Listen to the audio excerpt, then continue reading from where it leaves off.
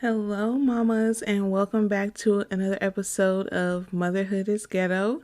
My name is Joy, and it's episode 5. Clap it up. Hooray, hooray. So today's episode is going to be a little different. It's going to be a story time episode. But first, before I get into that, let's get into our quote of the day. Let's start it off here with a powerful and strong motherhood quote. But no, it's really not that much. So the quote reads, the phrase working mother is redundant. And I think that that's true. I wholeheartedly agree because mom's work, like, it's just like that little sound bite on Instagram and TikTok. It's like, I'm working. Like like where's Joy? Like, I'm working. Like, we're, as moms, we're always working. Even if we're stay-at-home moms, we're working. So I agree. The statement working mom is redundant. So anyways, that has nothing to do with today's podcast. As you guys already know, it never does. But again, welcome back to another episode of Motherhood is Ghetto. Episode 5. We're on a roll. I feel like we're on a roll.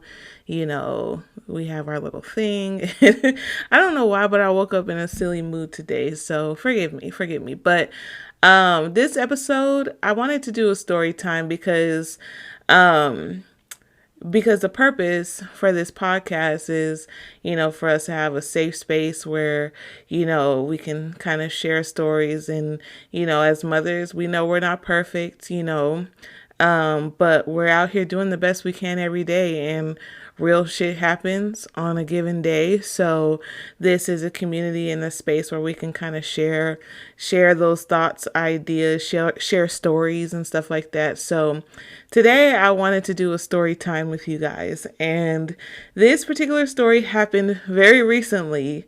And the moral of this story is that what I want you guys to get from it is just, shit happens. Don't be too hard on yourself. You're trying your best, and sometimes just shit happens and it's out of your control. So let me get on with the story. So, as you know, school just started recently. For us here in Nevada, it started like the second week of August. So first day of school for all my kids. Genesis started middle school this year, and my boys are still back in elementary school. First day of school went great. Everybody had a great day. Everyone was on time. It was a perfect first day of school. Now, let's get into the second day of school. And this story in particular is about my daughter. So my daughter catches the bus to her middle school. She goes to a magnet school, what they call out here.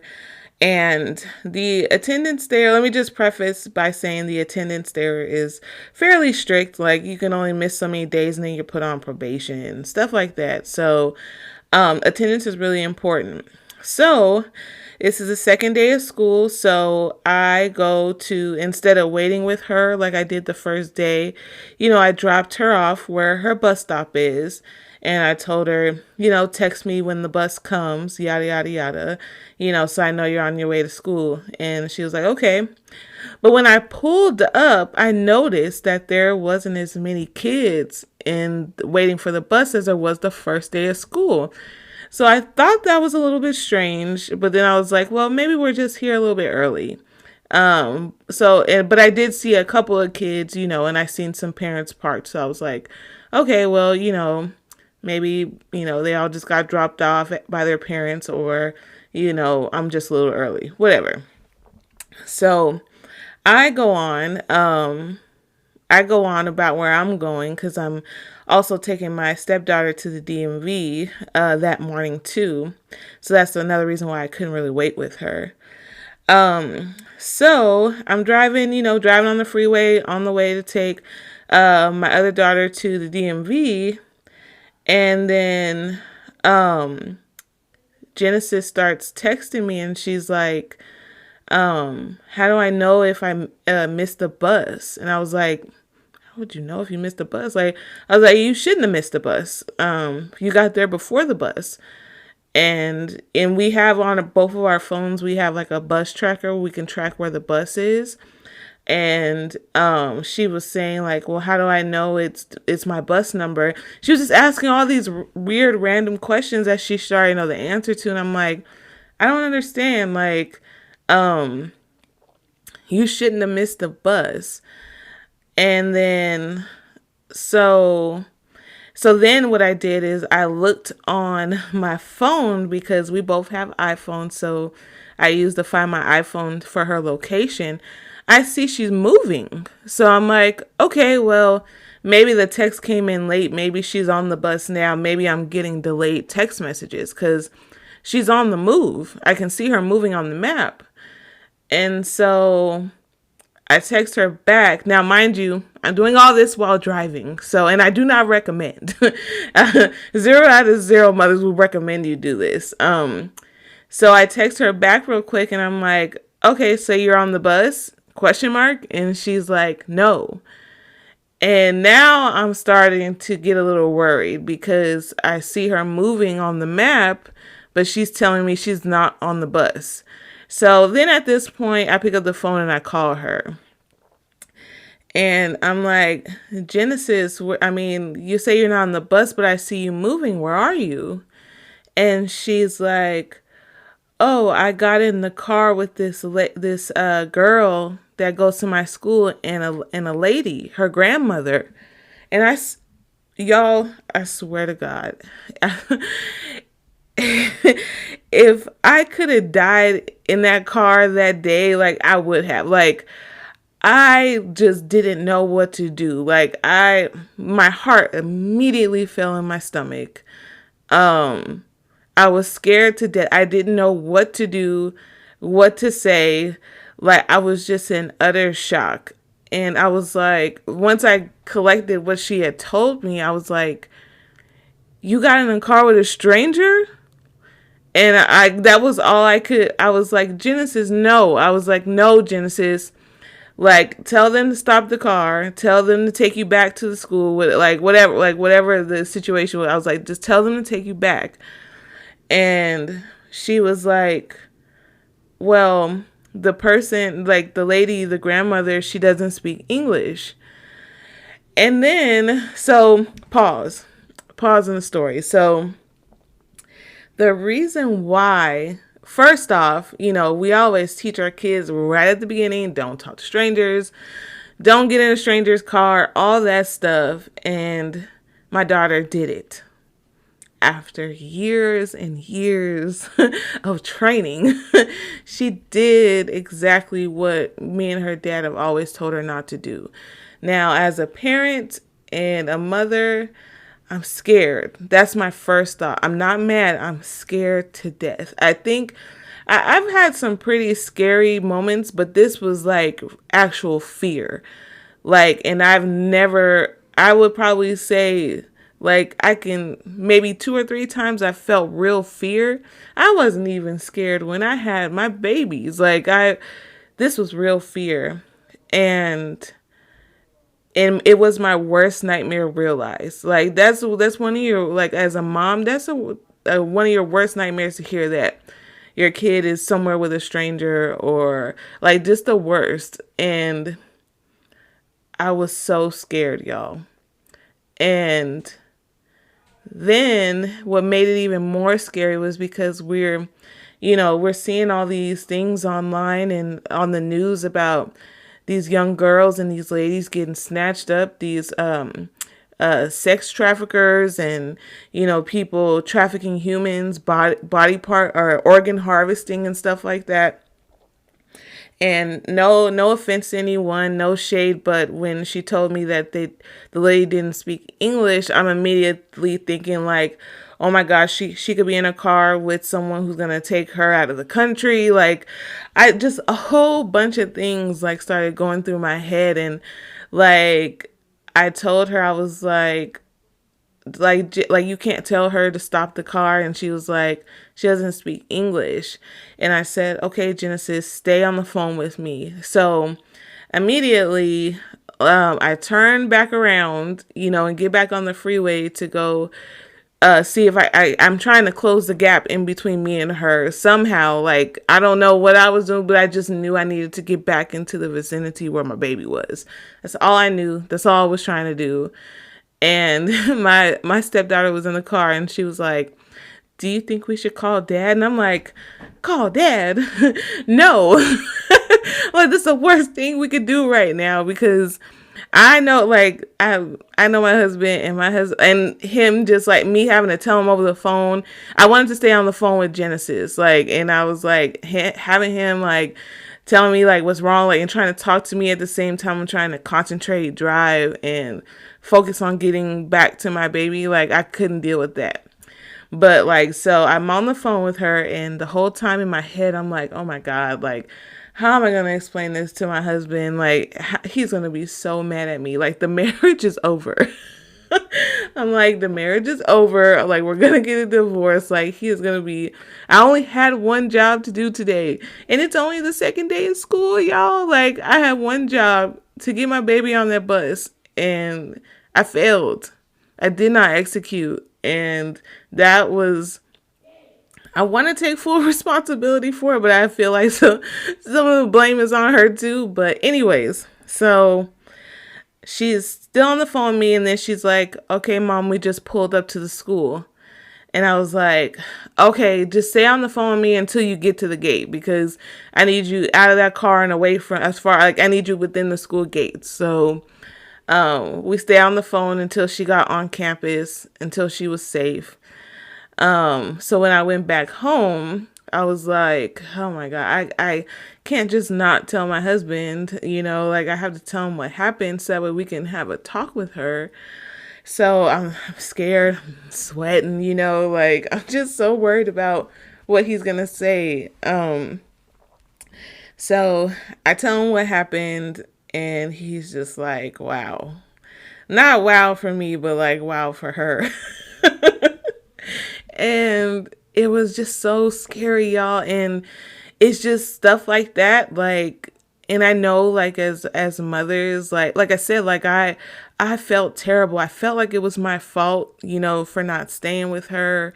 I felt like the whole thing, like the whole experience was just my fault, and I dropped the ball.